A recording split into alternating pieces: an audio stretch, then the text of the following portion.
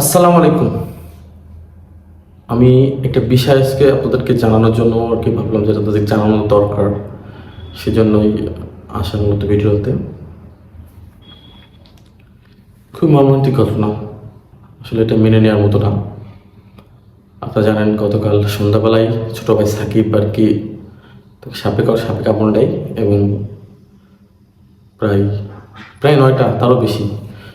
তারপরে সে আর কি মারা যায়, অর্থাৎ 6টার সময় কামড় দেয় অথবা 5টা 5:30টার দিকে কামড় দেয়, 9:30টার দিকে মারা যায়। তো এই বিষয়টা আসলে আমার কাছে অনেক খারাপ লাগছে। আর এমনলি সাকিব অনেক ভালো একটা ছেলে, যারা ওর সাথে মিশছে বা ওর সম্পর্কে জানে অবশ্যই এটা অকপটে স্বীকার করবে সে একটা ভালো ছেলে। হয়তো পড়াশুনো সেভাবে করতে পারিনি বা করিনি, কিছু বিষয় থাকে সেভাবে হয়তো হয়নি, কিন্তু এক্স্যাক্টলিও একটা ভালো ছেলে, এটা আমাদের সবার স্বীকার করা লাগবে।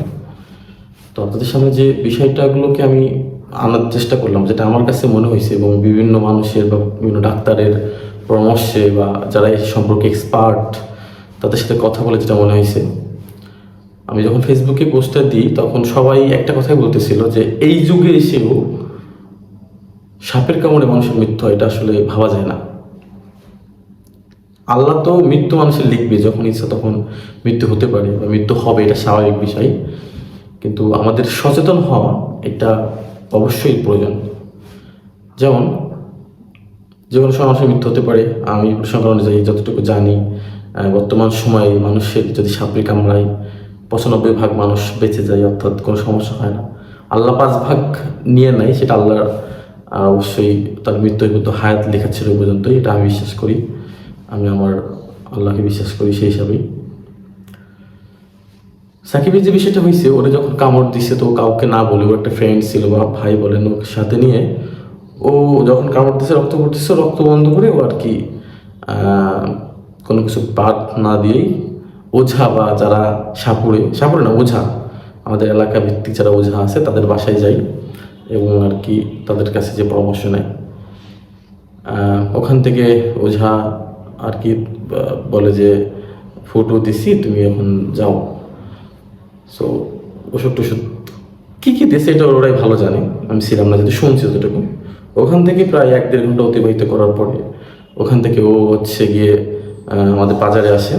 তখন ওর শরীরে জ্বালা পোড়া সৃষ্টি হয়, যে ও নিচের চুল নিজের কামড়ি করে যে আমাকে যন্ত্রণা হচ্ছে। শুরু হয় যন্ত্রণা, প্রথমে তো বুঝতে পারে না, কারণ ও যুবক, টকবুকের যুবক, মাত্র 21 বছর বয়স, সে কী বুঝবে এত। তো যখন ও হচ্ছে আর কি যন্ত্রণা হয়, তখন এলাকার বড় ভাইরা মিলে তার আব্বারে সহ পাঠায় দেয় হাসপাতালে। হাসপাতালে নিয়ে যাওয়ার পরে শুনলাম নাকি ওখানে ভর্তি করে, ইমার্জেন্সিতে নিয়ে যায়। যাওয়ার পরে ওখানকার চিকিৎসকরা জানতে চায়, এটা এক্স্যাক্টলি জানতে চাই যে আসলে কি অবস্থা, কি সাপে কামড়াইছে, কোথায় কামড়াইলে জানতে চাই, অবশ্য প্রয়োজন। কারণ তার অ্যান্টি ভেনাম বলেন বা ভ্যাকসিন যেটাই বলেন না কেন, দিতে হলে অবশ্যই সাপের জাত সম্পর্কে জানা দরকার। কিন্তু এটা এক্স্যাক্টলি বলতে পারিনি। কেউ বলতেছে, ও যে সাকিব বলতেছে আমাকে দাঁড়া সাপে কামড়াইছে, ওর বাপ বলতেছে জাত সাপে কামড়াইছে, গোখরা সাপে। তো এটা কী সাপে কামড়াইছে এটা এখনও জানতে পারিনি, সাপ খোঁজা হয়েছে কিন্তু পাওয়া যায়নি। তো ডাক্তার ওখান থেকে আসার পরে ওখানে আসলে লোক ছিল না, বোঝার লোক বা বুঝবে কথা বলবে এরকম লোক ছিল না। আর এটা এইদিকে সময় কাটায় ফেলাইছে, অর্থাৎ যদি 5টা 5:30 নাগাদ যদি কামড়াই, সেক্ষেত্রে ওর নিয়ে যেতে যেতে ওরা নিয়ে গেছে 9টার আগে, অর্থাৎ 8টা 8:30টার দিকে নিয়ে গেছে, অর্থাৎ এইদিকে 2-3 ঘন্টা কাটায় ফেলাইছে। একটা সাপে কামড়ালে 2-3 ঘন্টা যদি বাদ না দেয়, সেক্ষেত্রে বিষ ছড়াই যায়, এটা আমরা জানি। বাট মানুষ 2-3 ঘন্টা সময় পেলে বাঁচানো সম্ভব, এটা আমরা জানি। তো ডাক্তার বলছে যে কি একটা ওষুধ আনতে বলছে, হয়তো ভ্যাকসিন ট্যাকসিন কিছু একটা হবে। বাইরে থেকে ভ্যাকসিন আনার সময় আর কি 2টা ভ্যাকসিন নিয়ে গেছে, 2টা নাকি ওর শরীরে ইঞ্জেকশন পুশ করছে, তখন ও বমি করছে, খালি পেটে ছিল। আমরা জানি যে অ্যান্টিবায়োটিক বা যা হোক কিছু দিলে বা খালি পেটে যদি কোনো ভ্যাকসিন দেওয়া হয় বা কিছু দেওয়া হয়, সেক্ষেত্রে বমি হয়। আমি সেক্ষেত্রে পরে যখন বমি হয়, ওর পাশে কেউ ছিল না, তো তখন সে ঠিক ছিল, ব্রেনে ছিল। ওখান থেকে আরও 2টা ওষুধ কি আনতে বলে না বলে, ওখান থেকে ডাক্তার, আমি সঠিক জানি না। তো আর কি তারপরে ওখান থেকে ওনারা বলে যে আসলে আপনারা তো মানে আপনারা এখান থেকে তখন দেখে যে অবনতি হচ্ছে, বিষয়টা খারাপ দেখাচ্ছে, তখন বলে যে আপনারা আসলে খুলনায় নিয়ে যান, এরকম কথাটাকে বলছেন। ওখান থেকে খুলনায় না নিয়ে যেয়ে, এই বিষয়টা একটু গুরুত্ব দিতে আছে, খুলনায় না দিয়ে যে খুলনা বিভাগীয় হসপিটালে না নিয়ে যেয়ে ওরা নিয়ে গেছে হচ্ছে ওঝার বাড়ি, মনোহরপুরের দিকে কোনো ওঝার বাড়ি নিয়ে গেছে। ওঝার বাড়ি যে আর কি যাইতে যাইতে বাজারের মধ্যে, মনোহরপুর বাজারে ও ওখানে আর কি মারা গেছে। ওর আব্বা বুঝতে পারছে যে আসলে সাকিব আর নাই। তো তখন ওখান থেকে আর কি করবে, বাসায় চলে আসলো। এই হলো একটা মানুষের জীবন, যে সাকিব মানুষ ভালো একটা ছেলে, সবার সাথে হাসি খেলে কথা বলতো, 2-3 ঘন্টার ব্যবধানে সে আর পৃথিবীতে নাই। আল্লাহ তাকে জান্নাতবাসী করুক, আপনারা সবাই দোয়া করবেন, আমিও দোয়া করি এবং আমরা চাই।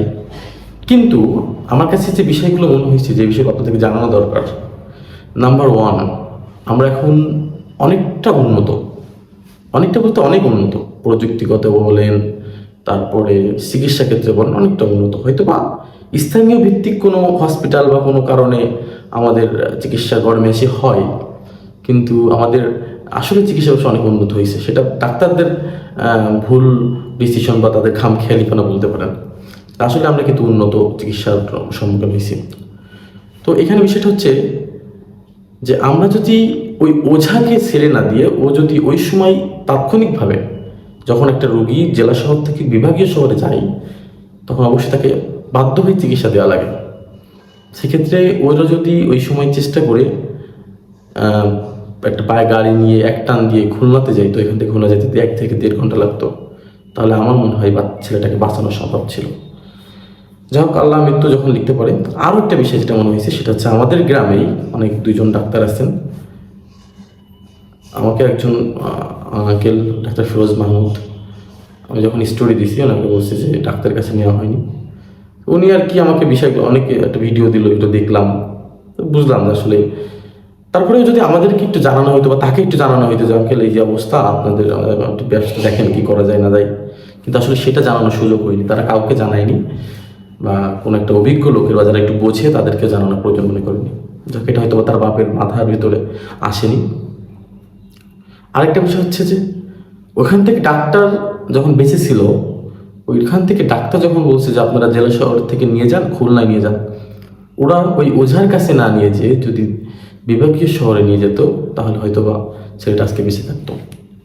একটা ছোট্ট বিষয়, আমার শরীরে বিষ ঢুকছে, আমার বিষ কি সরাসরি ভস্য করে দেওয়া সম্ভব অলৌকিকভাবে ছাড়া, অলৌকিক মজুদা ছাড়া?